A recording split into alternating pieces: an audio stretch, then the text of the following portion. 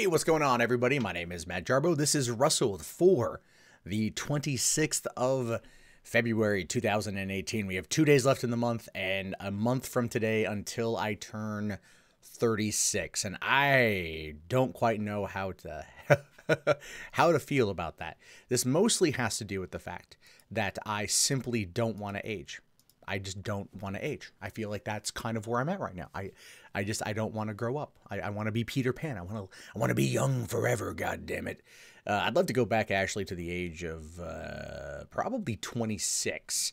10 years ago is probably arguably my best year in terms of not only growth as a person, but just doing things I wouldn't normally do. And a lot of that had to do actually with the fact that I kept a daily blog. Yeah, like a diary. I wrote a fucking diary. That's what happened. I wrote a goddamn diary.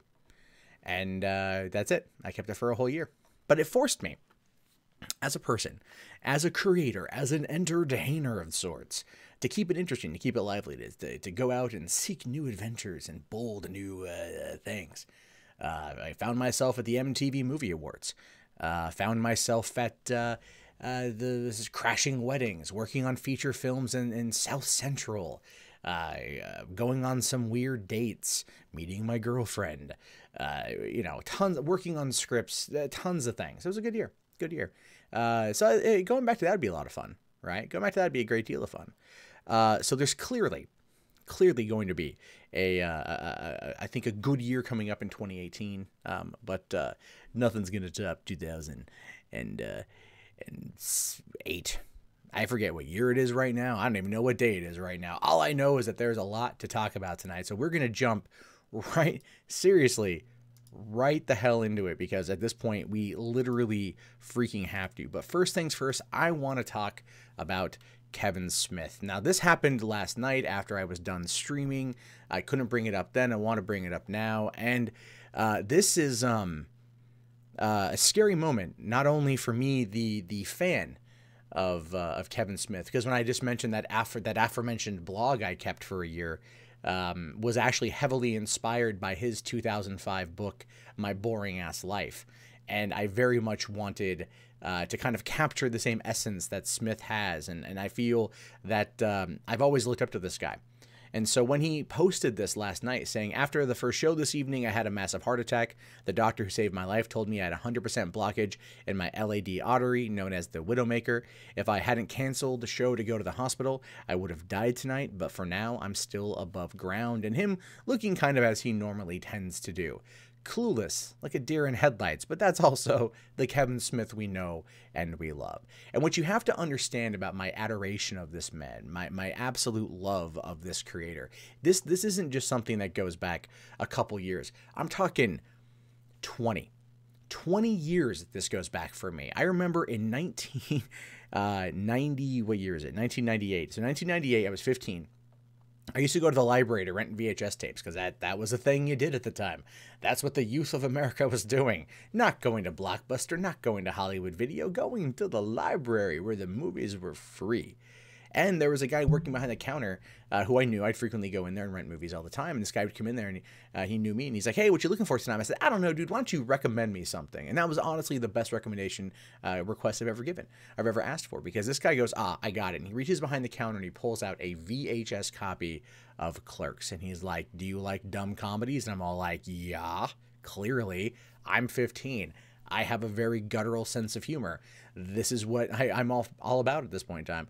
And the guy says, here, you'll like this. Go home and you watch it. And I went home and I watched it. And I'm not going to lie, it very much transformed a large portion of my life. It did. It changed so much about how I perceived filmmaking and how I wanted to approach making movies. And it arguably even maybe ruined me for writing films, big spec scripts, because I've always looked at things from the independent, small film scale perspective.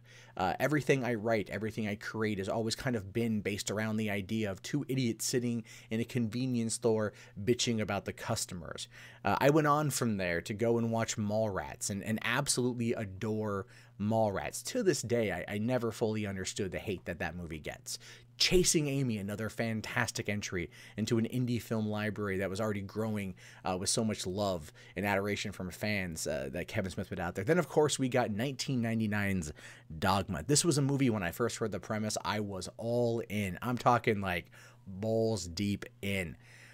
And I remember finding the script online, because the script, this is again 1999. We're talking June 1999. I was a junior in high school, getting ready to finish out my junior year, and I ended up going to the library, going to a website. I think it was scriptorama.com, and I found the screenplay for Dogma, the actual shooting script for the movie, and I read it. Oh lordy, did I read Dogma, and I was laughing out loud in the library. Students and librarians looking at me like I was a kid with Down syndrome. It was just crazy. And then, of course, the movie comes out a few months later, and they were pretty close to it. Actually, funny thing about that, too, is if you ever go back and look at the Dogma Special Edition DVD, or just probably at this point, the Blu-ray, what you find for all the deleted scenes were literally everything I read in that script. So I've always wanted to go back and kind of re-edit the movie to be just like the screenplay I read back in the summer, or the early summer of 1999. I have followed this man's career to the point of even going to see Jersey Girl opening day, which opened on my birthday, March 26, 2004. I took my mom to go see it. My mom cried twice during the movie. We both very much liked it. And then from there, things maybe got a little bit crazy. Clerks 2 came out a couple years after that, which I do feel was a very good return to form. Want nothing more than Clerks 3 at this point. But then Smith and Hollywood kind of had a falling out, but I've still followed his career. I followed his trajectory and everything that he's done. Funny thing, Smodcast, for example, and this is in no way related, but just kind of showing, in my opinion, how Smith and I have always kind of been on very similar wavelengths, and how we look at pop culture and how we look at where things are going. Is the week he started Smodcast was the same week I started podcasting Twisted Joystick on my former gaming website, GameDreams.com. The exact same week. I'm talking early 2007. Right? Like, that was before podcasts were everywhere, back in the early days. And I was listening to Smodcast while I was working on getting ready for my own podcast. And so I've always felt like him and I were kind of had a certain kinship, right? In regards to all that. And here's the thing. So many people, so many freaking people are definitely, going to feel the exact same way. This is a man who ultimately has touched many film fans' lives, many filmmakers' lives, and even though his movies as of late maybe haven't been as good as his original stuff, his love and desire to tell a story above all else still remains, and he still tries new and interesting things, and he still goes out of his way, I think, to still try to be the Kevin Smith from the 90s, that same guy that came onto the scene. And he's changed a bit, obviously. I think everyone does with age, and the thing is, that's the thing, him with age, right? Now, I remember Comic-Con 2001. Jay and Silent Bob Strike Back was getting ready to come out, and I wanted nothing more than to see this movie. You have no idea how badly I wanted to see Jay and Silent Bob Strike Back. And I was at Comic-Con, and they were doing a couple early screenings of the movie, and I waited in line to ask Kevin Smith a question. I got to ask him a question. He personally gave me a ticket to go see the movie. To which case I couldn't go because I had work that night at my theater, so I ended up actually kind of putting it on my wall next to a Jay and Silent Bob Strike Back like gift bag I got from Comic-Con, and ultimately called out sick to work about 2 weeks later when they were doing another screening downtown, and went to go see it. And that's the kind of stuff I would do for a filmmaker that I really like, and this is where Kevin Smith comes into play. Now, you may not care about this at all, and that's totally fine, but this situation, this LAD artery, the Widowmaker, considering I see so much of myself in him, in certain elements of her life, there's also been the idea of weight issues. I've always had weight issues. I'm a big, broad dude, whatever. It kind of got me freaked out. So tonight I went to the gym for the first time in a few months, ever since the baby was born, and I'm gonna try to make it a thing. I want to be healthier for my daughter, for my child, and this is kind of a wake-up call. I know that seems odd, and that seems kind of stupid, and I can understand people's thought processes on that. How could you sit there and say that here's a guy that you like, here's a guy that doesn't know you from Adam, but yet you kind of can use this as a wake-up call. And I just think that's where I personally am. And that's not everybody. That's not everybody, and that's okay. But Kevin Smith is a personal hero of mine and has been for 2 decades. And I'm glad he caught it early. I'm glad his life was saved. And I'm glad he'll be around for longer.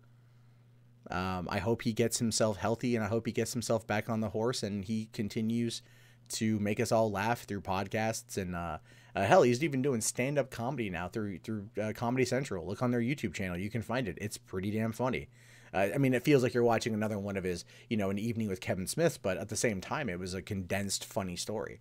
And that's the kind of guy that I want to be around for a long period of time. He makes my Saturday nights at Comic-Con all the better by talking to a room of 6,500 people that are just there to listen to this dude, this fat guy from Jersey who made a couple good movies and since then has just been a pop culture junkie, just tell stories from his life. It's interesting, it's engaging, it's fun, and that might be one of the reasons why I see so much of myself in him.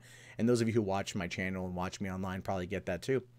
So to Kevin Smith, you'll never see this, but I do wish you the absolute utter best of luck, the speediest recovery, and also to make sure that your ass is in Hall H Saturday night, 6:30 p.m. During Comic-Con this year. No, serious. I'm a big Kevin Smith nut. I'm a big guy. So there is definitely that. No mundane gym streams because they will get mad at me about that. But let's jump over here to the next story, because this is one that I want to talk about. Sorry for using Polygon, but they're the only ones that have actually talked about this. So remember, guys, if you like it, if you like snaps for traps, go ahead and smash on that like. You smash that goddamn like. You make sure this stream gets up to 100 billion likes, or however many people are here right now. I'm not entirely sure. But the mods, please make sure to make sure you guys remind people, do your jobs. But no, seriously, you guys are awesome. Anyway, snaps for motherfucking traps.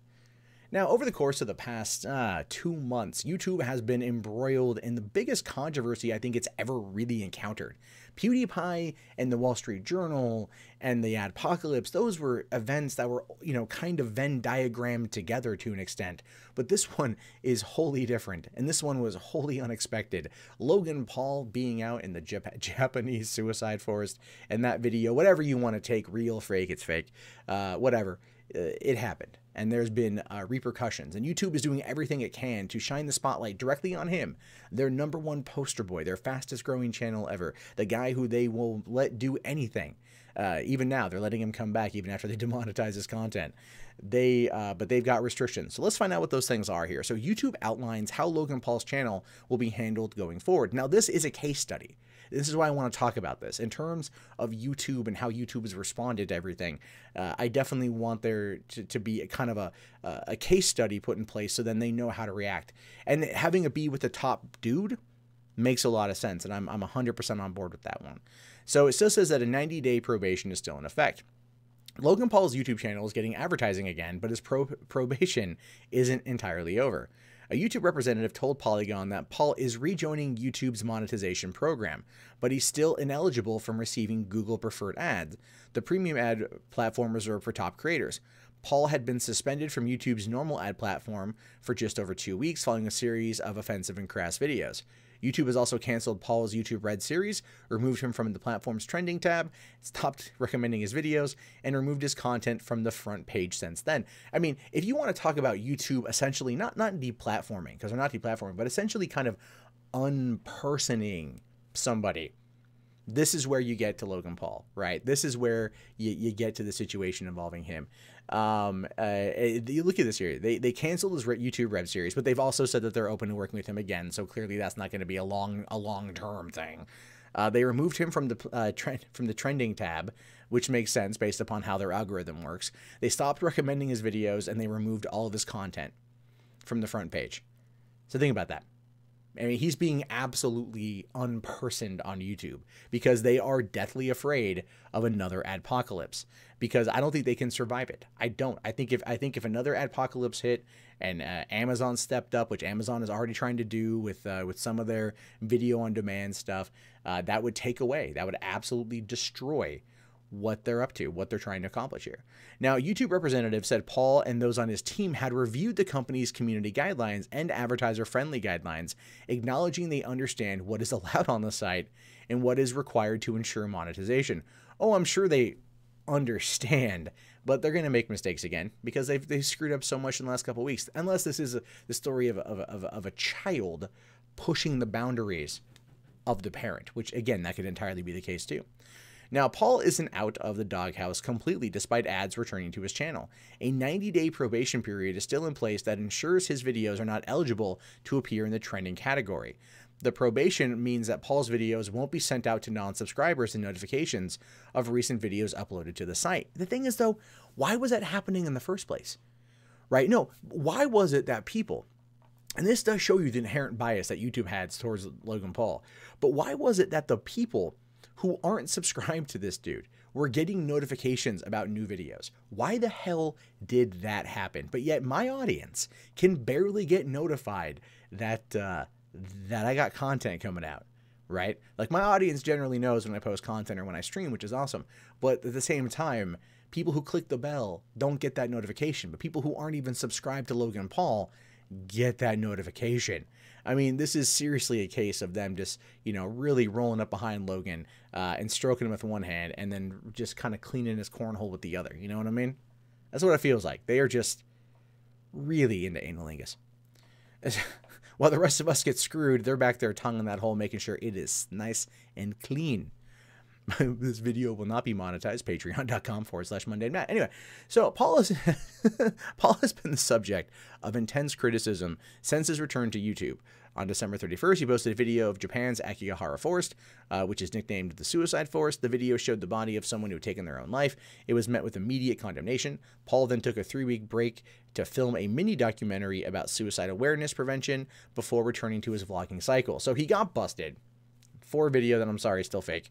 And then it's like, oh no, I'm gonna make myself do good, do some community service. And I will say the video was good. That that return video, that little mini documentary was well put together. But that's what you can do when you're someone like Logan Paul, who has got a team of people working with him, right? That are editing, that are setting the scenes, that are doing everything. This is where Logan Paul is quite frankly, I don't even know if I'd want to call him a YouTuber. Right? This dude is a product. He is a straight product. Like, you look at my channel and other people like me, and you know we are doing this by ourselves, right? We're doing this 100% by ourselves. And then the further up you get, if you are able to do it, you can hire on some help. And that would still, I think, be in the realm of what YouTube is. But when you are so big that you've got an assistant, you've got an editor, you got a sound guy, a graphics guy, a marketing team, a PR team, a manager, an agent, you kind of cease to be part, I think, of the overall realm of what YouTube is. And at this point, you're just an entertainer. You're just a top tier YouTuber, which might make you a C-list celebrity or something like that. But that's basically what you become. So that's how it is. And then his return wrought even more questionable content, including using a taser on 2 dead rats and performing CPR on his dead koi fish. YouTube CEO Susan Wojcicki said that despite Paul's crude actions, he didn't deserve to be banned from the platform. And this is where we're going to kind of run into that scenario, as I mentioned before, where there's like the change.org petition to delete his channel. And then you had her coming out and saying like, no, he doesn't deserve to be deplatformed, which is true. So instead of deplatforming him, and this again is something that every single YouTuber should take notice of, because this can happen to you too. If it happened to him, that can trickle downhill. All right. Trickle down Loganomics is a term I'm going to coin, but I really think it's horrible. But in this particular case, they pulled him from trending. They pulled him from recommended. They demonetized his channel. He can't get back on Google Preferred. This dude is flat out just unpersoned on YouTube, which won't really impact him. The guy's got like 17 million subscribers. So, you know, cry me a river. But the point is that this is what they're going to do. So it says here, he hasn't done anything that would cause those 3 strikes. Wojcicki said, we can't just be pulling people off our platform. They need to violate a policy. We need to have consistent rules. Yes, consistency and YouTube are 2 things that go well together. I can't say that with a straight face. That hasn't stopped Paul from vlogging, though. He's gearing up to launch his new podcast, Impulsive, and just announced he'll be fighting popular British YouTuber KSI in a boxing match later this year. Here's the thing with that boxing match situation. That's a good move. That's an awesome move. Right now, we're living in an age, at least in a certain subsect of YouTube, where you've got internet blood sports, right? Well, let's get together across a web and let's talk about stuff in a really mean fashion. These dudes are literally engaging in actual blood sports, right? KSI boxing other YouTubers. Sorry, that's going to end up taking over. That's going to end up becoming the thing, right? Like that, again, it's a stupid thing. It's going to be a short-lived thing, but that is ultimately smart, because KSI versus the other dude that he fought, I forget that guy's name, when they streamed it on their channels, they had tons of people watching it. When the VOD was up, they had tons of people watching it, millions of people combined between the two. So Logan Paul versus KSI is going to bring in a buttload of viewers, which means a buttload of money. And if it's a live stream, oh, what is that? What is that? Oh, it's a buttload of super chat. It's a buttload of super chat money coming into Logan Paul. All this is a PR thing, but it's a brilliant PR move, because that's ultimately where things are going these days. And you know what? People want their blood, or I should say, people want their pound of flesh, and they'll get it any way that they can, even if it means beating the shit out of each other in front of your viewers who are impressionable teens for money. No, seriously, I think that's what they're going to fucking do.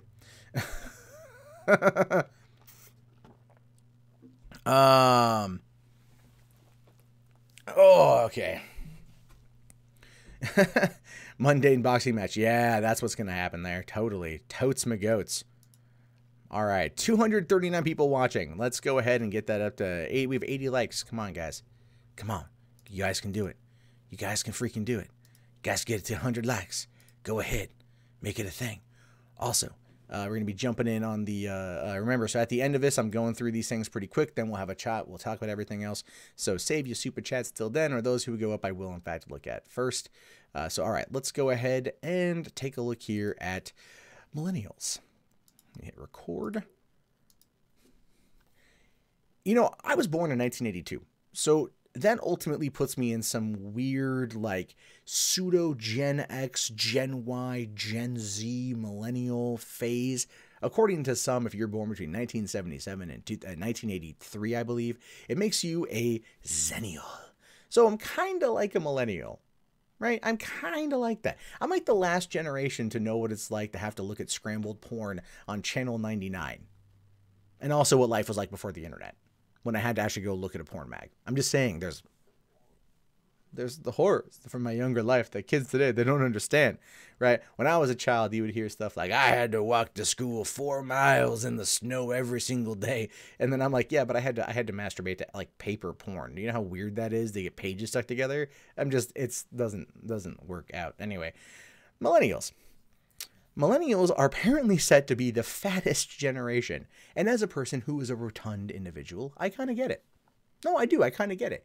You know, if you look at, like, and I'm not mocking anything here. I'm not mocking video games or you know, cable television, but a lot of people spend a lot of time inside. They do. I do. Totally do. Jeez, it's a horrible thing. I mean, you know, I'm just letting you know, hemorrhoids are a real problem. Not for me, because my body is a temple of immaculate conception, but I'm just saying you might have that problem. Anyway, moving on. So it says UK millennials are on track to be the most overweight generation since records began. And that is, I don't know, that's a record you're going to want to have, right? UK millennials, and probably just millennials in general, they're going to be out there going like, we're the fattest, right? We get trophies for that, yeah? Yeah, we get trophies, right? That's all you want to do. If you want... That's what the British government's got to do. They've got to sit there and tell them flat out, like, look, you guys are fat. Here's your trophy for being fat, but we'll give you a bigger trophy if you get thinner. And then their ego might kick in, and their sense of self-entitlement might kick in. There we go. Based upon population trends, more than 7 in every 10 people born between the early 1980s and the mid-1990s will be too fat by the time they reach middle age. I'm not quite middle age yet. All right, but I'm feeling it. I get it. You know, I understand it. Totally understand. You know, that's why this story kind of resonated with me after talking about the whole Kevin Smith heart attack thing and everything. So I get it. And this is kind of a warning. This is me projecting my own situation onto people out there might be watching. Like, we might want to start collectively getting ourselves better in shape, right? If only it was a miracle pill one could take. That's not speed. Although, I hear it helps. Anyway, in comparison, about half the baby boomer generation born just after World War II were fat at that age. Being fat as an adult is linked to 13 types of cancer, says Cancer Research UK, who did the analysis. The list includes breast, bowel, and kidney cancer, but only 15% of the people in the UK are aware of the link. Well, yeah, I mean, like, no one ever really, like, talks about it. And this is a big, and look, the thing is, this is a big problem with the fat acceptance movement. All right. Like, and I have spoken out multiple times about the fat acceptance movement and why there's a big problem with that. The fat acceptance movement are the people that are totally kind of like pushing towards this thing. You know, these are the people that are running around and they're just all like, it's okay to be fat, you guys. I mean, like, sure, we might be like more at risk for cancer, but it's like, I mean, I'm like a skinny person in here. Okay. Or like, it's just like I'm big boned or something. Like, I have a wide frame. That's the joke I can make, that I'm big boned. It doesn't mean your bones are thicker. That's something you read on Tumblr that doesn't exist. Much like most of Tumblr. Now, it says here that Britain is the most obese nation in Western Europe, with rates rising faster than in any other developed nation. I guess that's a win for the United States, right? Pow, pow, pow, pow, pow. Screw you, Britain. I'm kidding. Obesity prevalence has been increasing in the UK from 15% in 1993 to 27% in 2015. That is not good. That is not good, because I've always struggled in between the overweight and obese category myself. Usually in the under the obese, like not up to the limit or something, but like, you know, kind of close. So yeah, this is the fact that it's kind of like coming together like this makes me a little bit scary. So in 2015, the highest obesity levels were seen in people aged 55 to 64, but experts are concerned that younger generations are on track to become fatter still. Cancer Research UK wants to make the associated health risks clearer to the wider public. Spokeswoman Professor Linda Bald said extra body fat doesn't just sit there. It sends a message around the body that it can cause damage to cells, which ultimately is true, you know. You don't want the fatter you are, the longer you are. I guess I should say the longer you are fat, like the more your body just becomes adjusted to being fat, and makes it harder because your cells get used to. You can retrain your cells, but they will go down pretty good. Troll Not says, "Oh my God, all downhill after 40." It's not all downhill after 40, sir.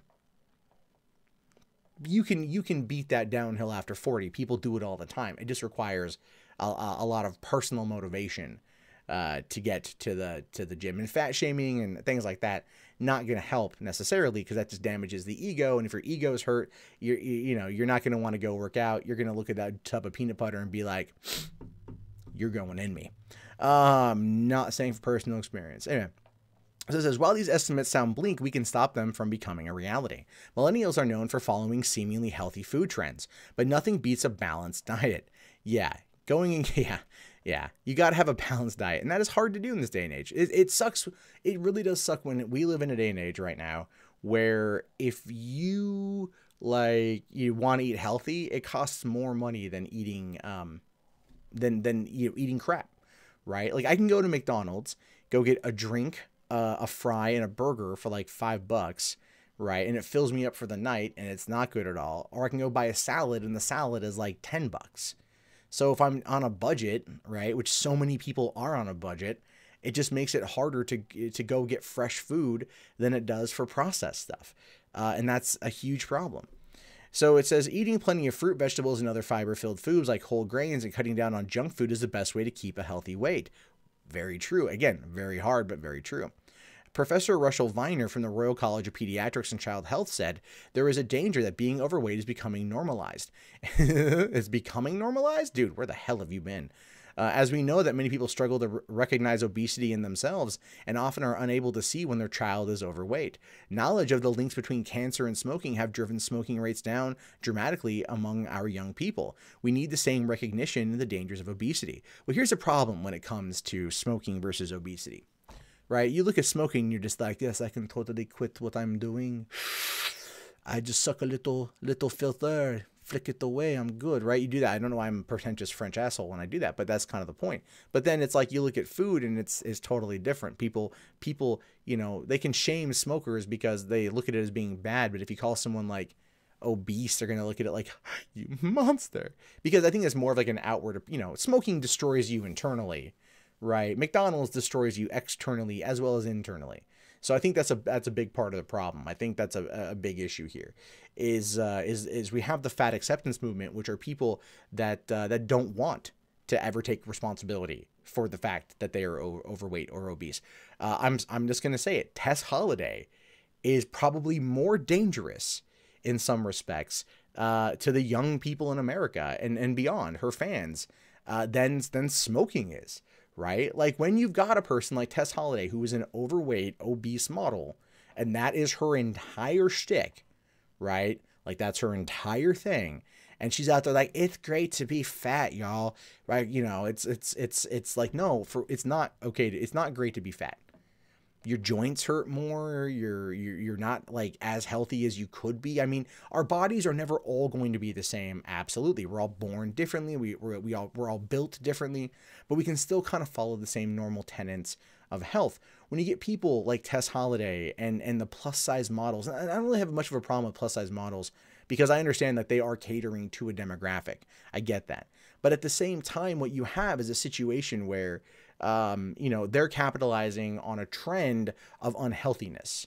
You know, like we went after stuff like Joe the Camel because it glorified smoking to children using a cartoon camel. That was a big topic, right? The Marlboro Man, you know, the John Wayne type that was a, you know, he was a smoking mascot. The dude died from lung cancer, you know, but we can't sit there and treat people like Tess Holliday and other fat activists with the same type of scrutiny. Like, no, listen, like we went after Joe Camel because of you know, it was dangerous to teach kids to smoke or to kind of aim it at children, but we can't sit there and criticize a fat model for basically trying to tell kids that it's okay to be fat. That's no, I'm sorry. Like as one fat person to the rest of the fat people out there, stop it. You're making it worse. Like you're making it worse. We need to like strike back against this, but it requires people to have the motivation. And I'm sorry, most people don't have the motivation. I went to the gym tonight for the first time in a couple months because of the baby. And that was like one of the hardest things for me to do. But it's like, you got to do it. You have to just keep moving forward and keep trying it. And the thing is, so many people would rather do other things. And that's going to be the cause of their early death. And they have no one else to blame but themselves. Serious. So I'm serious. I have no problem getting on their cases. All right. Keeping on. What's this one here? Okay, this is an interesting one. If you like Japan and you like crazy stories, you know, it's kind of crazy to look at stories about American tourists going to other countries and doing horrible things, especially when it comes to Japan. You know, just about 2 months ago, Logan Paul, YouTube's bad boy, so to speak, was in Japan, and he was messing around. And honestly, even though his video at the suicide forest caused a lot of stir, it was how he treated the Japanese people and their culture that ultimately like really nailed him to the wall. So Americans tend to kind of like to go to Japan and mess around, especially here, where an American linked to a missing woman's severed head in Japan is from New York and in custody. So yes, an American was arrested for allegedly severing a woman's head and also probably dismantling the rest of her body that he met in Japan. I'm serious. American tourist who police linked to the murder of a missing Japanese woman whose head was allegedly found in a suitcase at the location the tourist was staying is reportedly from New York. I just kind of find it funny the way they formulate that opening sentence.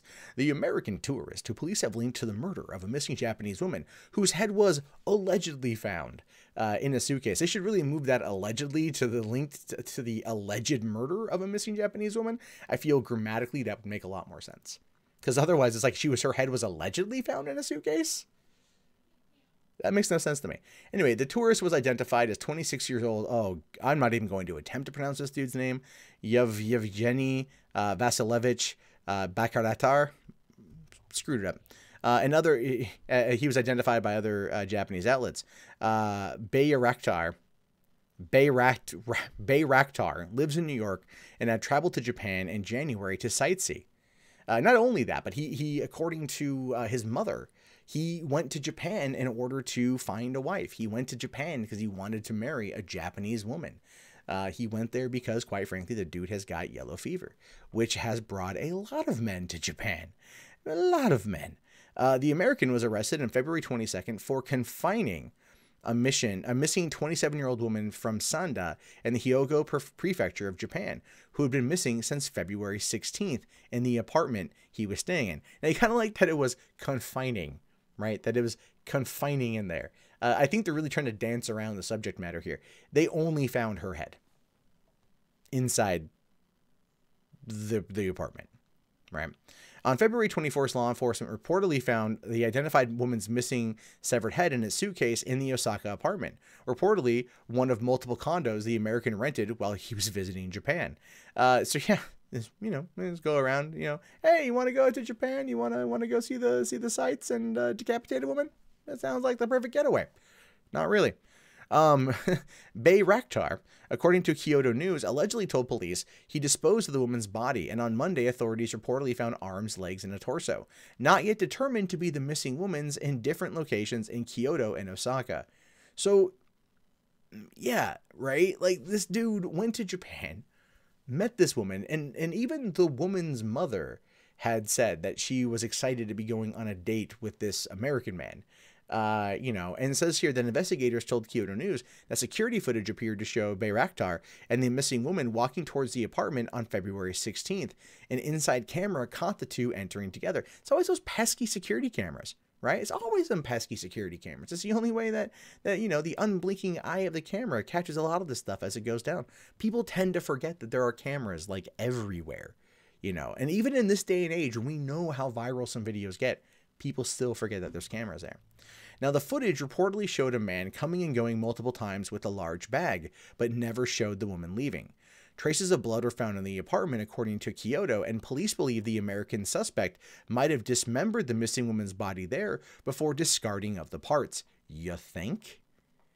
Right? They found her head in a suitcase that was in a condo he rented. They found trace amounts of blood. Security camera footage shows them on February 16th entering the building together. And then over the course of the next several days, he left multiple times with a large bag. She never appeared. Right? So I'm pretty sure it's safe to say this dude went all freaking hacksaw on this woman. Now, the woman, according to the Asahi Shimbun, told friends before she went missing that she was going to meet a man she met on a social networking site. Kyoto reported the two met on a dating app that pairs Japanese citizens with foreigners. The woman, whose license was partially found in the American's rented apartment, was reported missing by her mother on February 17th, sparking the police investigation.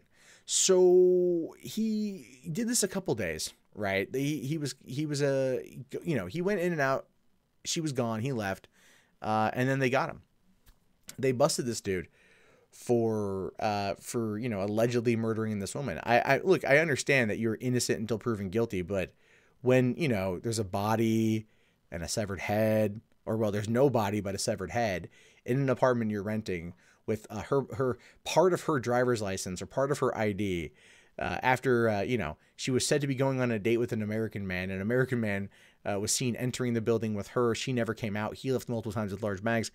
Yeah, I'm gonna just go on a limb here, and I'm gonna say he probably did it.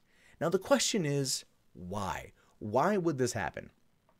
Well, probably. I don't think this dude went to Japan looking to kill. That's not my take on this thing. I would argue that why he went to Japan was probably, like I said before, he was going there to meet a wife. He wanted to marry a Japanese woman. Okay. And I think that's why he went. And it's entirely possible, given, and this is going to sound horribly bad, but given his name and where it sounds like he might be from ethnically, maybe there was a bit more bravado in there. That sounds pretty horrible. I will fully admit that. But anyway, I'm pretty sure they wanted to hook up, right? Because you gotta kind of sample it. I'm just saying, you gotta sample. I think, and the same goes for both parties involved. You gotta definitely sample it. And they, that's fucking horrible. It's horrible. I sound like I'm being super disrespectful to the woman. I really feel bad about that. God, I'll probably end up cutting this whole part out. But the point is that he went. He went there. He probably wanted to have sex. She said no.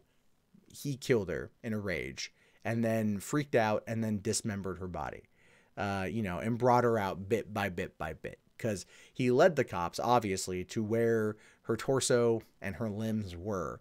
The head was still in the suitcase. Now, I don't quite know why he kept the head first. I would have, if it were me, I would have ditched the head, I would have already gotten rid of it. I would have first thing to go would have been the head. It's the most identifying part of the body.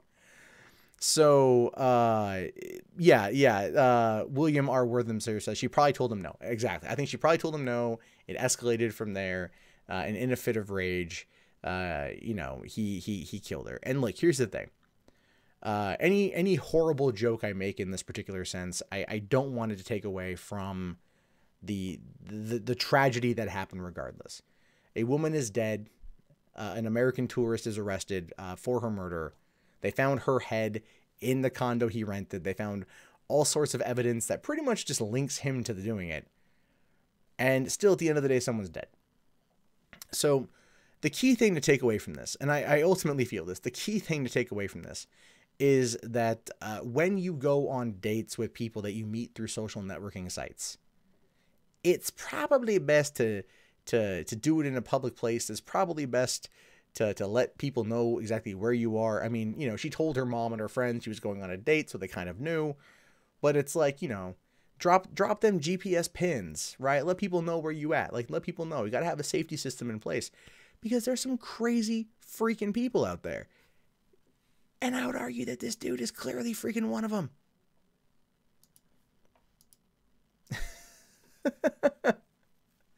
So that's crazy, man. It's just nuts. It's nuts and butts, man. Nuts and butts. Holy crap. So let's see. A YouTuber Find Your Love in Japan did interviews with Japanese women, and the consensus is that Japanese women find it a huge turnoff when foreigners come to only try and date them. Yeah. Yeah, I get that. I get that. I do. I understand. All right, I got the one more to do. If anyone's got any last minute stories or whatever, because I've only got the 4. I thought I had a 5th.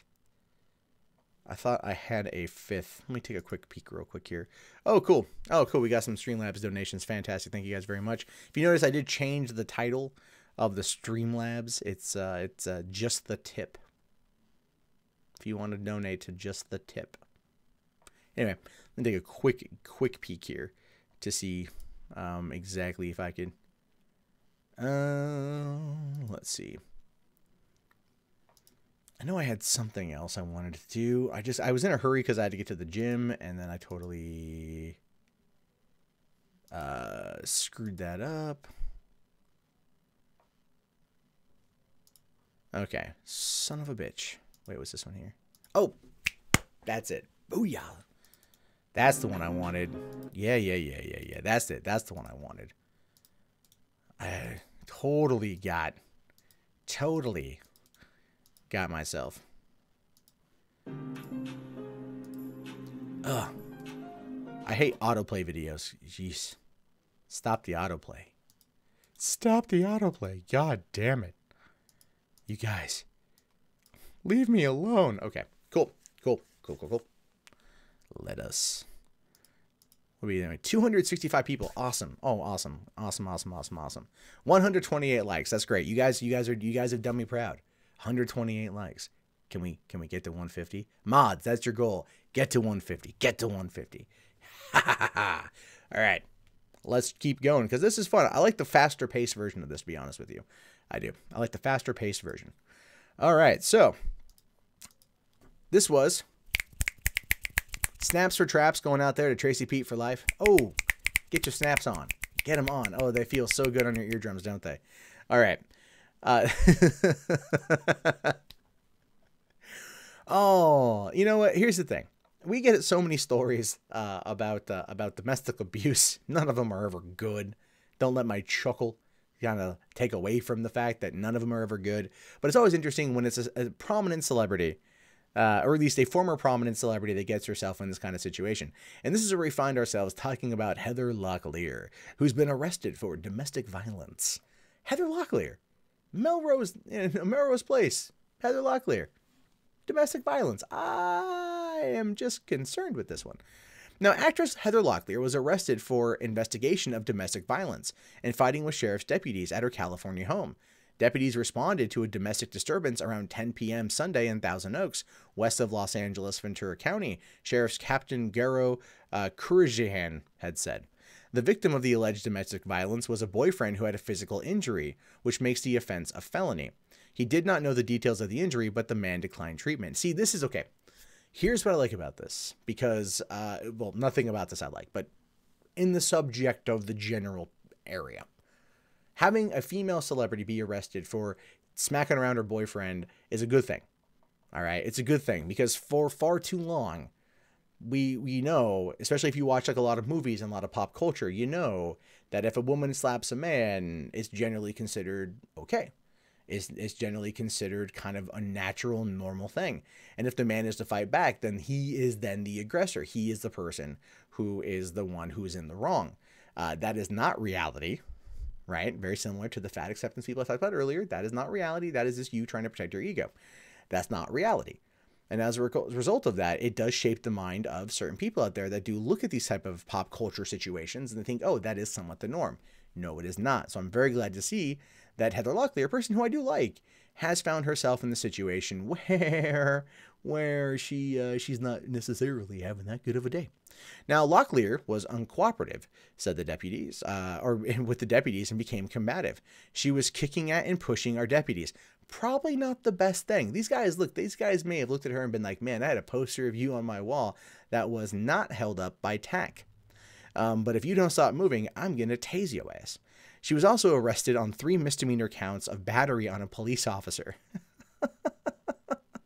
Locklear said that she'd been injured prior to the deputy's arrival, was taken to a hospital, and cleared medically before being booked into county jail. She was released on $20,000 bail and is due in court next on March 13th. And then her attorney declined to comment. So she's been charged, and she got out on a $20,000 bond, which is just 10%, you know, so $2,000 is really nothing for Heather Locklear. But the fact that she was still arrested and the fact that this is still a big story, I think is a good thing when it comes to trying to even the pathway for the discussion about abuse against male domestic partners. Or husbands who get beat up. Again, these are things that don't even get talked about. These are things that don't even get like remotely discussed. And if they do get discussed, they're treated, especially from like the feminist side of things, they get treated as being this, well, it's such a, you know, I mean, like, you can't call it sexist because power plus privilege. I mean, she shouldn't attack him, obviously, but you can't call it that. That's our word, not your word. And that's pretty much what it boils down to. Now, the 56-year-old actress was among the biggest stars in television in the 1980s and 1990s with roles on Dynasty, T.J. Hooker, and Melrose Place. All 3 are actually pretty good shows. Authorities did not release the name of the boyfriend who was involved in the call. Locklear has been married twice to Bon Jovi guitarist Richie Sambora and Motley Crue drummer Tommy Lee. Engagement to Melrose Place actor Jack Wagner was called off in 2011. Okay, so here's the thing. This next paragraph here talks about a 2008 arrest, but you know what? There's a little bit more to the story than that one. So coming over here to Yahoo, we can see Heather Locklear arrested for domestic violence, a timeline of her troubles. This is where it gets kind of fun. And also, this is her mugshot. That's her mugshot.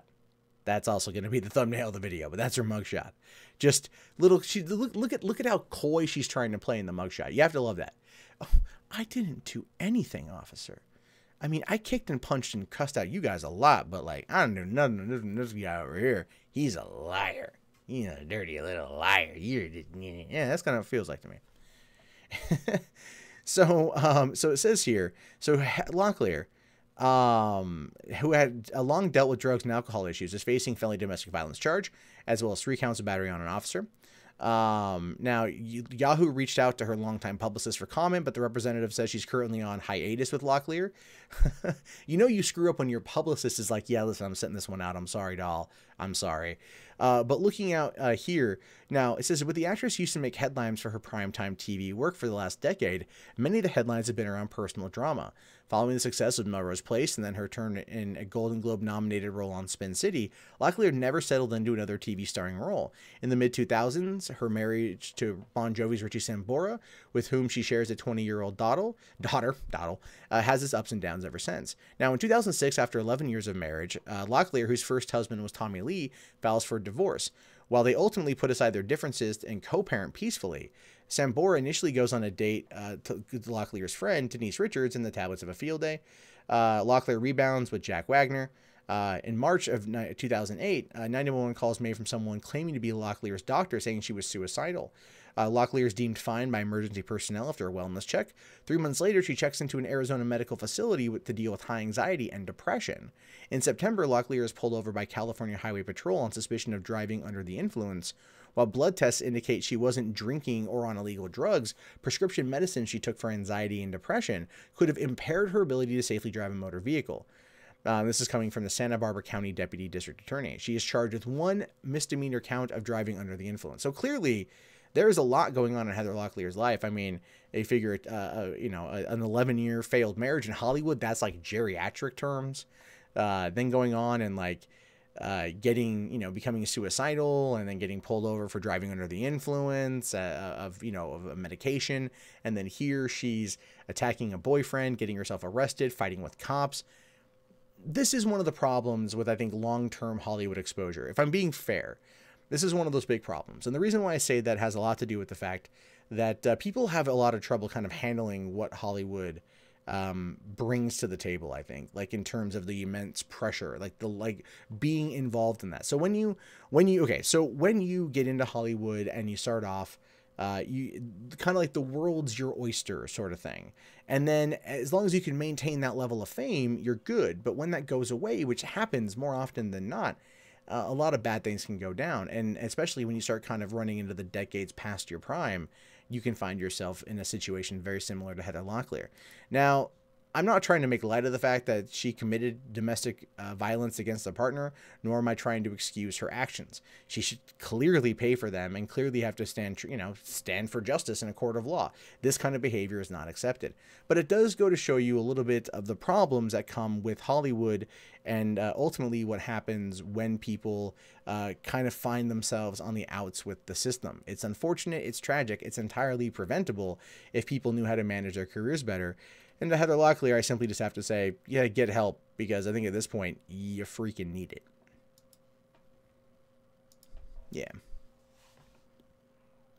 Every celebrity claims... the thing is, every celebrity would claim to have depression, because it kind of makes sense. So... my daughter's crying pretty loud right now. That's why I jumped over to the screen. She might be having trouble falling asleep. Oh, I'm just listening. My girlfriend's up with her right now, but... give me 1 second. Hold on. Oh, damn it. I think it's fine. I think we're good. Okay. All right, where's this last story here? Okay. This one is tragic, actually. I'm actually going to be surprised how many of these videos actually get monetized. Most of the ones from yesterday didn't. I can hear her crying through the through the wall. So I probably need to just blaze through this and then take her from the girlfriend here pretty soon. But I want to finish everything up. So let's jump on this one here. I don't know what the Microsoft party is. You're gonna have to send me a thing on that one. DSP's Twitch channel was... oh my god. Oh my god. Okay. Well, save the questions here. We're gonna run through this one. Snaps or traps, guys. Snaps or traps. You know, start that over again. I think we all know people who are no, fuck. This is what happens. You do it live. This is what happens.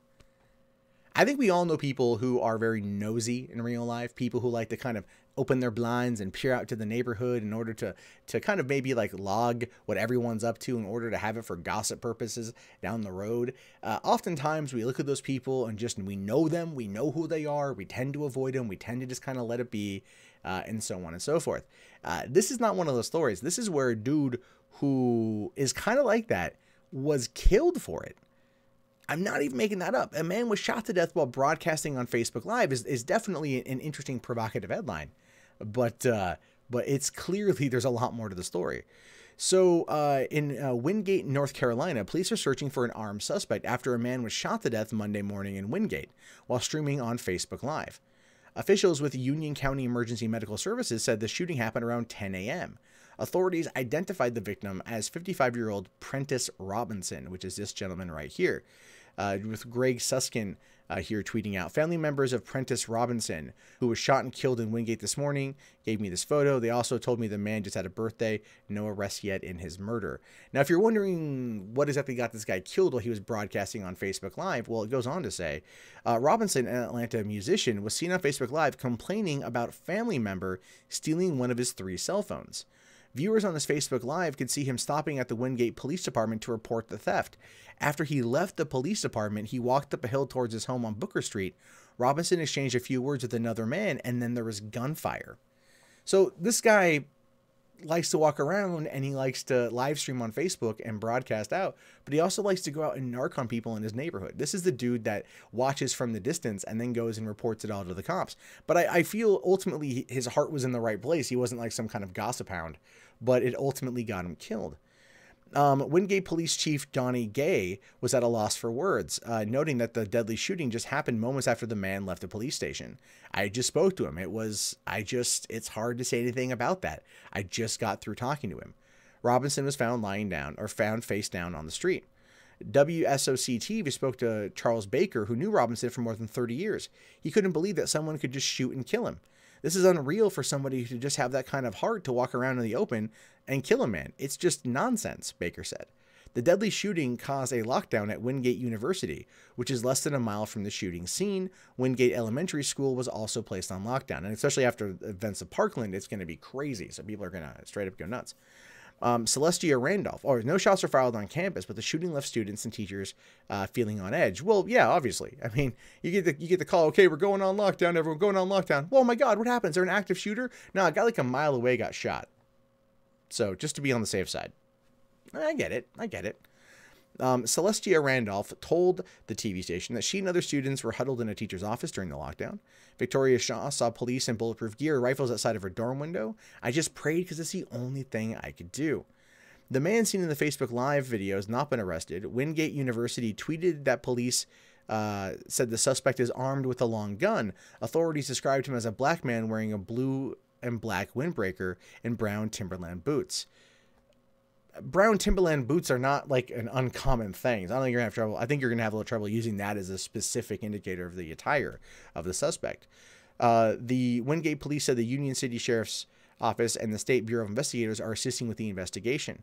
University officials set up counselors for students who need to talk about the lockdown in the fear they experience. They believe there's an imminent threat. Okay. That's okay. That's going a little bit too far. That's going a little bit too far in my opinion here. Definitely. Hold on. I'm just gonna like. Let me just. There's got to be a better. I read something else.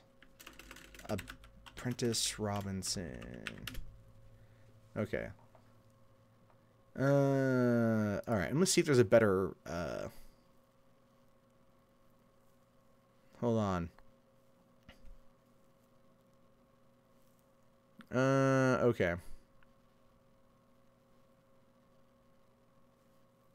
Okay, let's see. All right.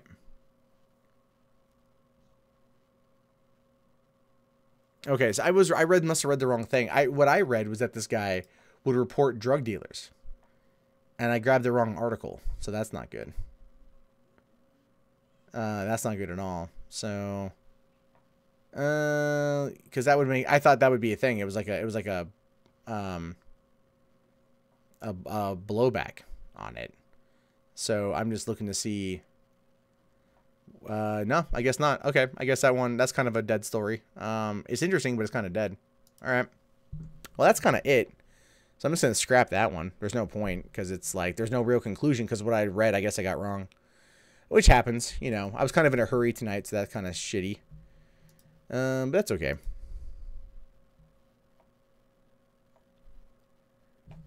All right. Oh, man. So, let's chat. What do you guys, let's see. Is there any super chats I missed or anything like that? I didn't see any pop up, so I wouldn't be surprised if there wasn't. That's okay. Where is that? Okay, so yeah, no super chats, and meh, that's fine. I don't do this for the super chats. I do it because I like it. Yeah, it's not. It's rips. Yeah, the story kind of went to shit. Story kind of went to shit. Dead people are dead. I know. That was probably an AR-15. No, the baby is currently quiet right now. I think she's asleep on there. How's my kid doing? She's doing good. She's doing good. I wanted to do the stream at 9:30.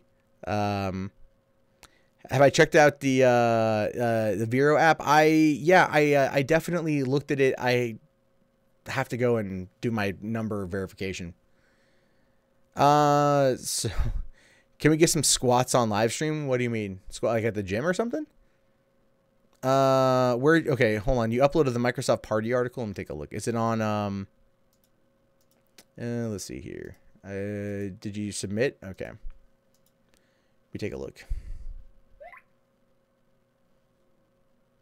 Okay.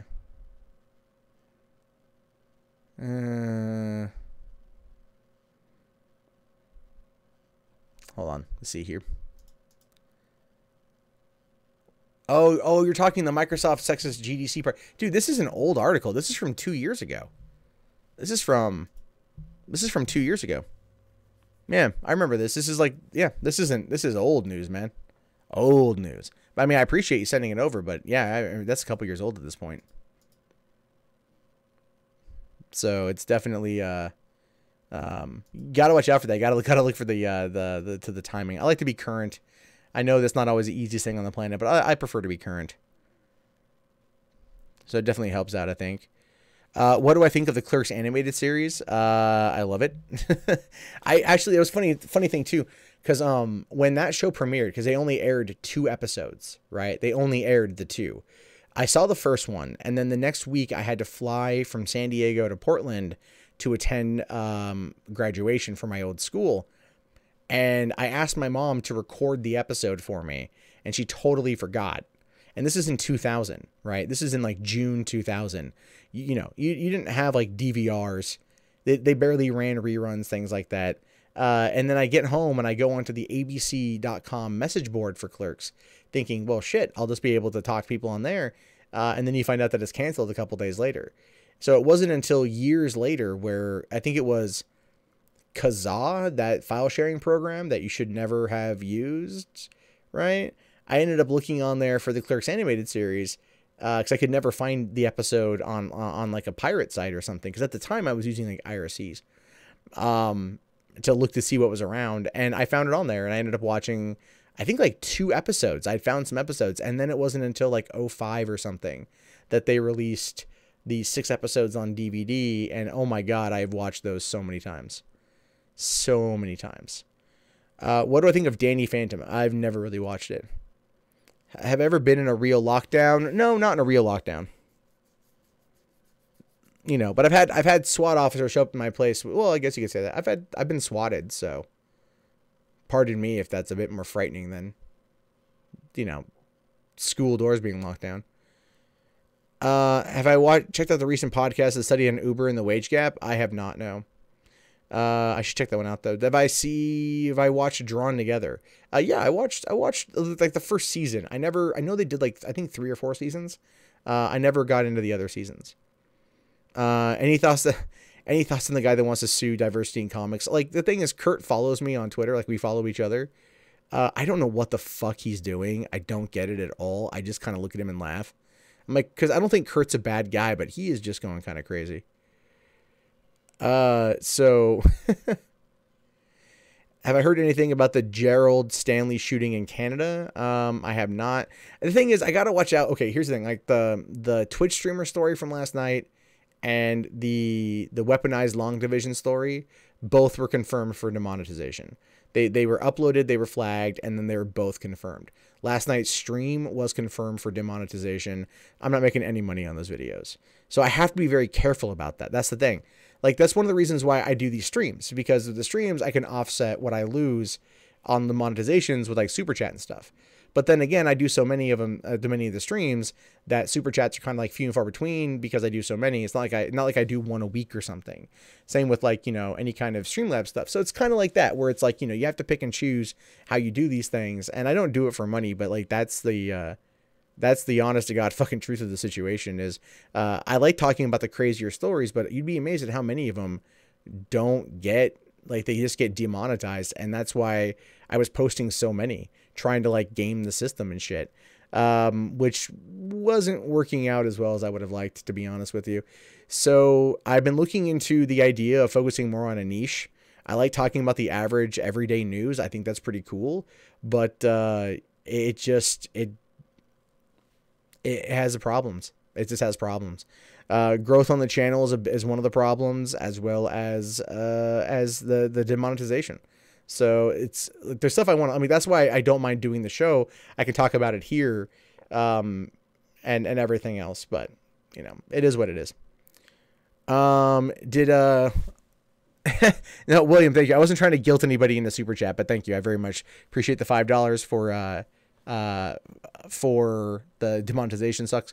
Did I see that CH Summers got put on the SPLC shit list? I did not. That's pretty funny.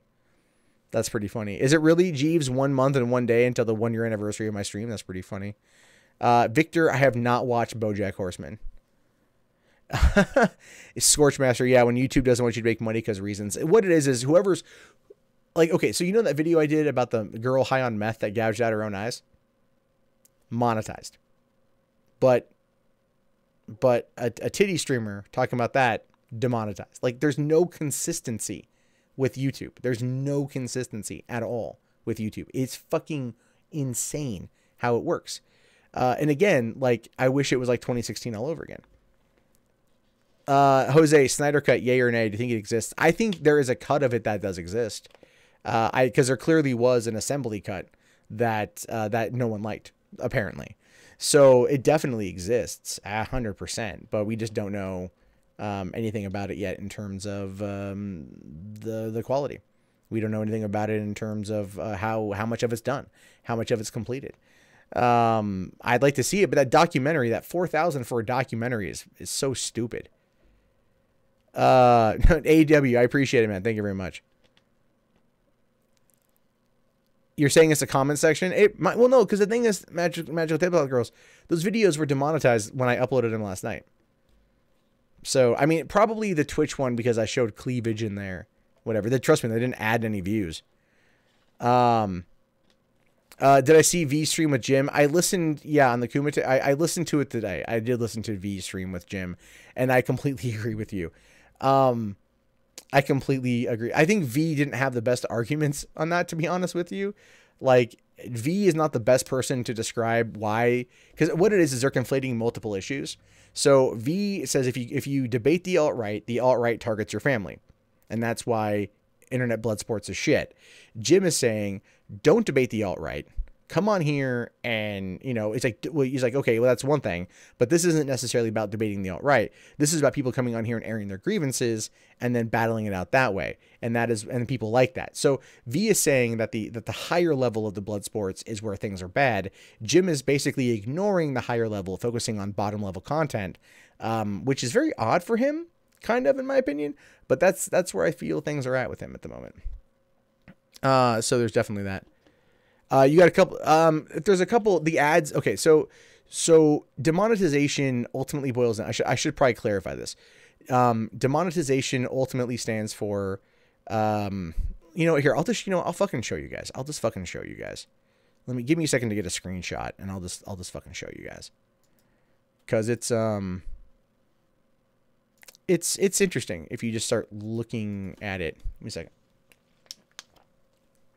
And then yeah, I'll probably be on for like another 20 minutes, and then I'm gonna take off because I want to make sure my girlfriend can get to sleep and everything else. And also straight up, man, Kingdom Come Deliverance is such a fun game. I just want to point that out. I just want to say that again. Kingdom Come is an awesome game. Okay, where the fuck is that? Hold on, I'm getting it right now.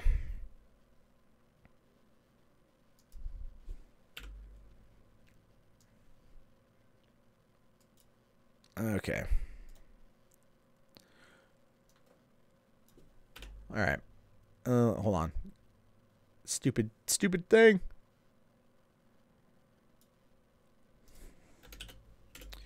All right. Where is that at?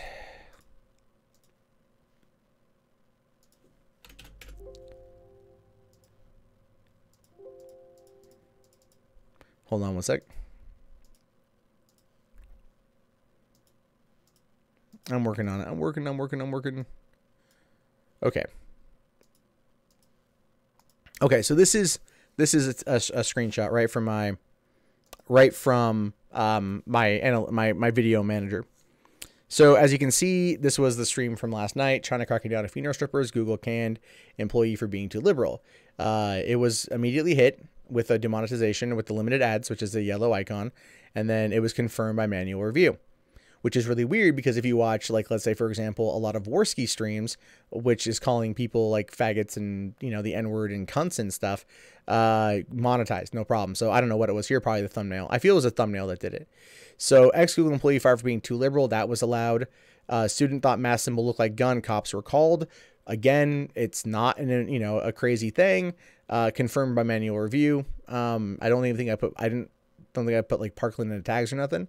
And then this one here, Twitch giving female streamers a boost with broadcaster grant. Again, probably just the thumbnail, because ultimately you've got and then you got this one here, the SPCA mad a couple who adopted pig then ate it, confirm my manual review. So whoever's been looking at my videos is very like prudish in certain things, because the Trump one here, Trump arming teachers isn't the solution to Parkland, even though it's got 757 downloads, which is fine with me. It's monetized. Polish Bank says, pays YouTubers to make anti-cryptocurrency videos. That's monetized. And I figured crypto videos would probably do a little bit better, but I guess not. But the point is, essentially, is just that's it. That's what we're looking at here, is when you see the way that they kind of approach it, if you talk about anything that's like super crazy, you get hit and it gets confirmed. Now, on the other side of that, with like, let's say, for example, 3 Buck Theater gets its videos will get slammed a lot. It gets hit a lot. So it's not like it's, but the thing is, they're all usually allowed. They're all usually put forward. So yeah, I'm dealing with something here this week, at least, where there's someone looking at my shit that is, I think, clearly freaking biased. And there's nothing I can do about it. And that's just the unfortunate thing, which is why, doing this kind of stuff, supplementing streams for income is a good way to look at it too. But I also don't want to bleed people dry. I feel really, really, really awkward. Like, I bring it up in jest, but it's kind of like, I feel awkward because I watch so many other streams, and I feel like that becomes a key integral point of the streams, is like, oh, we'll read super chats, or, oh, we'll do this, or, oh, we'll, this sort of thing. And I feel like that's kind of what a lot of it boils down to. But then again, everyone's hustling. I'd prefer just to kind of create the content. I honestly wish there was never a thing. I honestly wish there was never an issue with the adpocalypse, so then super chats wouldn't be a thing, because then that wouldn't dictate as much content as people make. I was seeing some criticisms online about how people, all anyone is doing these days is streaming, which is true. There's lots of streams, and the streams have a lot to do with people who, that's where they're, putting their emphasis, because that's what YouTube is wanting right now. It wants to compete with Twitch. 100% wants to compete with Twitch. And so again, it's one of those issues where you figure it out. So that's all I'm saying. Just stream Fortnite. Yeah, I've thought about it. Wait, hold on. DSP was suspended from begging for money for another fundraiser. Are you serious? Serious?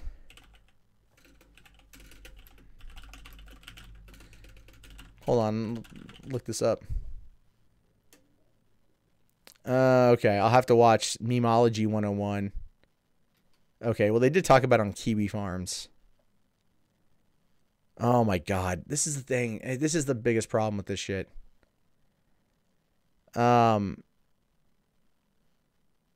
Yeah. Oh, my God.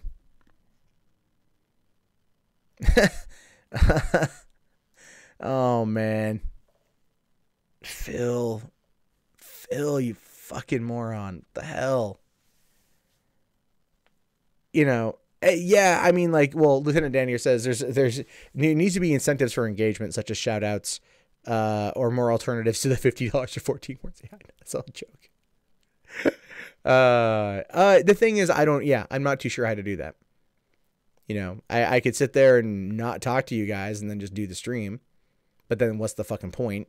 I could sit there and, you know, like, bring on a co-host and then just nod and talk to the chat, but you'd be amazed at how many people tell me that they really appreciate the fact that I talk to people, that I communicate, that I make myself available in that regard. It's a weird system. So it is what it is, man. You know, it is what it is. Phil begs like a motherfucker, but if that's why Twitch suspended him, shouldn't they suspend like the entire site? Pretty much. No, it's Kiwi Farms. No, Kiwi Farms. I don't think they like me very much. They don't like anyone, but, no, Kiwi Farms is, yeah, been around for a long time. It's Chris. No, I went on, I typed in DSP Twitch banned and a Kiwi Farms thread popped up. That's all. Good night, Abad, and thanks for coming in, man. Appreciate it. So, did Thunderfoot do something stupid again? No, he didn't. Stream Zelda Breath of the Wild. I could do that.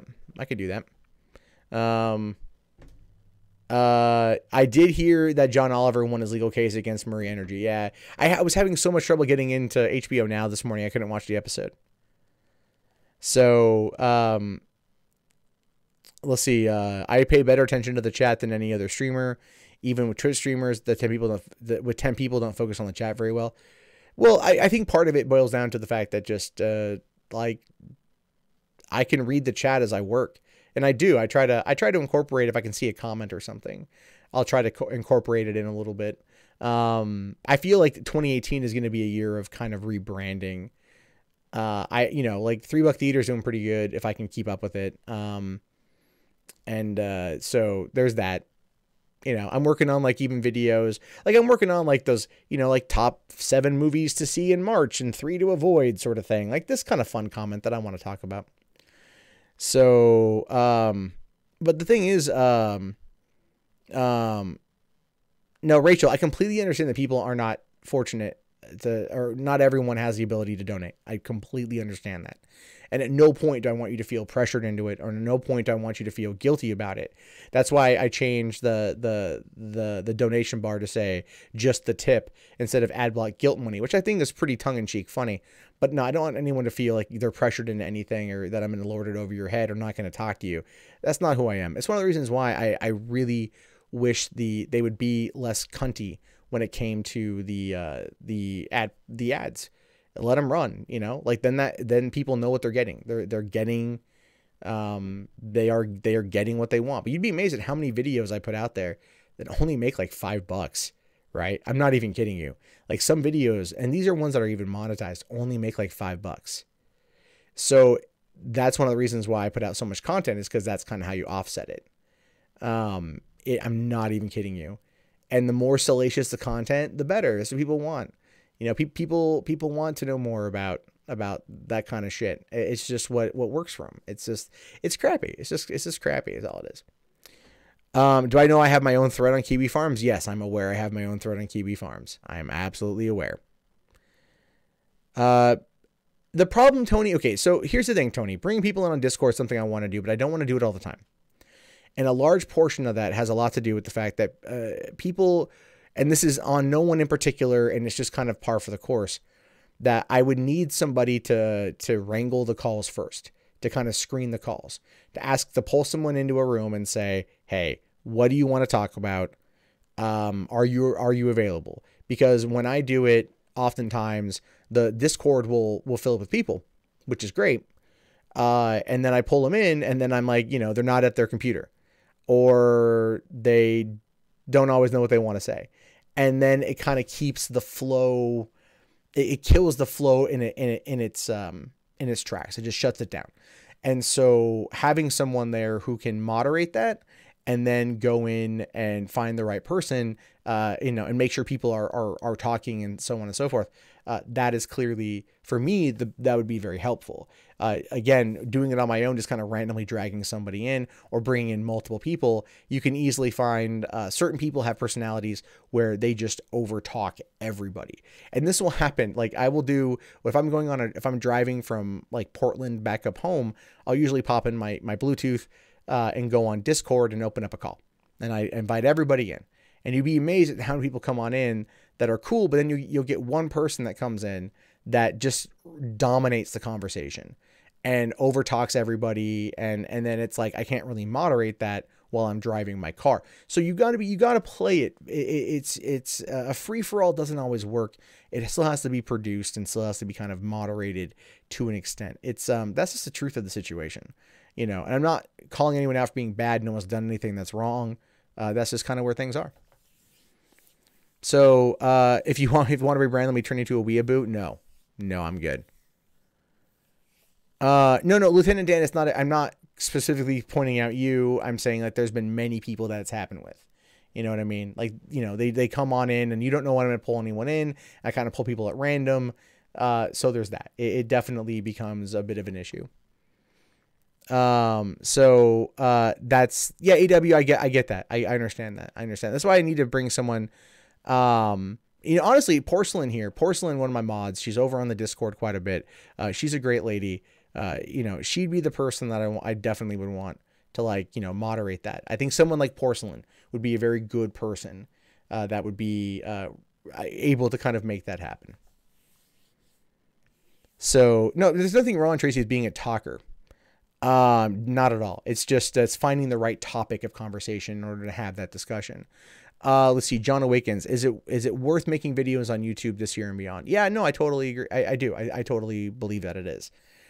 The biggest problem stems from the fact that what you have is 400 hours of content, or 400 years of content every second, or I don't know. It's a lot of content every single minute that goes up, right? And right now, I'm sure you could probably find 4 or 5 other people, maybe not 4 or 5 others, but other people on your subscriber count that are live streaming, and they're doing what I'm doing. They're competing for your eyeballs. They're competing for you to watch and to engage and to discuss and to talk. And that's what they're going for. And so it becomes this kind of this beast, if you will, that's very hard to feed, which is one of the reasons why I say that if you want to make videos, I would make them on relevant topics. People will start looking for that. And if you can make a good thumbnail and have good titles, tags, and descriptions, you can find yourself in a better position. Also, honest to God, having a niche, having a niche, however you want to pronounce it, is probably one of the best things you could do too. If you have a niche, then you're able to focus your subscriber count on specific content versus what I do, which is kind of an every, scattershot approach, which has some successes and has some failures. Can you shake my hand? Come to a place where I'm at, and you can totally. No one has slept this late besides me. It's only 11:30, man. You haven't watched The Disaster Artist? You're waiting for the Blu-ray to be released, ripped and encoded. Did I see the Blu-ray of that pop up on a thing? It might. Take a look. So wait, hold on. What do you mean? This is what they're going for on Kumite and the Warski? So, I'm just saying that there are always ways to approach it.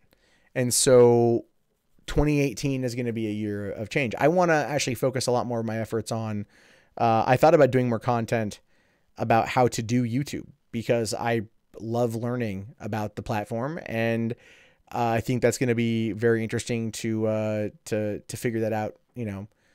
How to help people get to that point.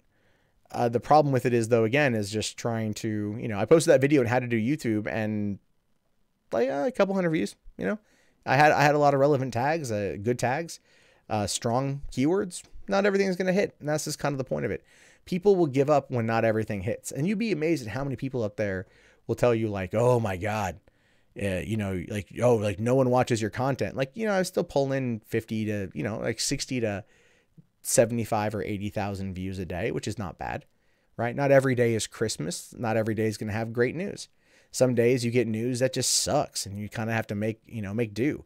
It's like there's, days I don't post anything on 3 Buck Theater, not because there's not movie news, because I just don't care about any of it. So there's definitely that. Stream Kawada Shouju. Do I think Marvel Comics is improving this year? They say they are. They say that they are. So can we get 200 likes on the stream? That's possible. Maybe Matt back in. I was supposed to meet Matt Pat back in October at this thing I went to, and he did not show up, which sucks. Which really sucks. So, all right, about 5 more minutes, guys. I'm going to take off in about 5 minutes. So, final questions you guys might have. Let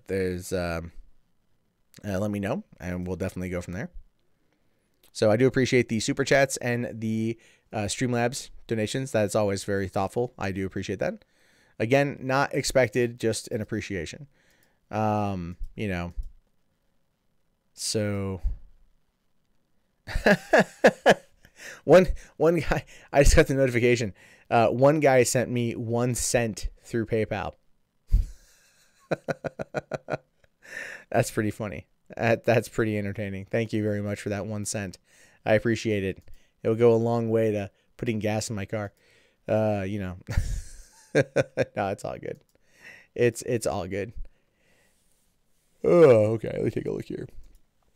So, is Matt Matt high in his own positivity? He's got a team. He's got an editor. He's got a writer. He's got a producer. He's got a team. Like that's the thing is like I run 2 channels almost full time. That's what burns me out faster than anything. And so that's part of it is just there's that, which is one of the reasons why I'm still doing I'll do 4 or 5 videos a night on this stream. I'm only going to post 3 the next day, and then I'll save some of the more irrelevant ones for the weekend and just post content there. That way content's still coming out. You guys are still getting videos, and I get a little bit of a break, which is ultimately what I need. How's the mundane husbando pillow coming? Man, we're still working on that one. Trump says he'd walk into the school. I know. That's just ridiculous. That's just really ridiculous.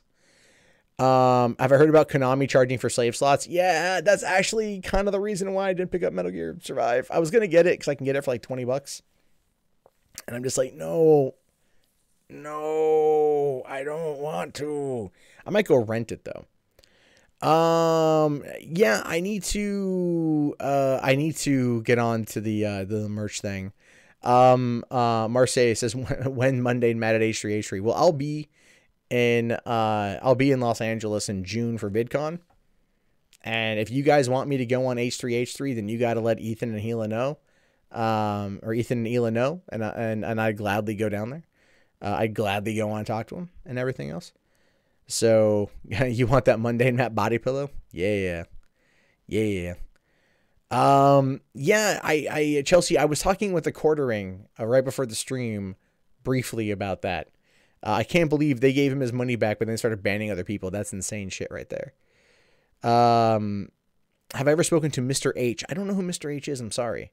I was reaching out to a friend of mine about us doing a podcast that would be audio only, posted on the channel once a week, put on iTunes and stuff as a way to. I want to bring one of my friends into YouTube. I've been trying for fucking years to get him in, and I kind of think like having someone to bounce stuff off of would be good too.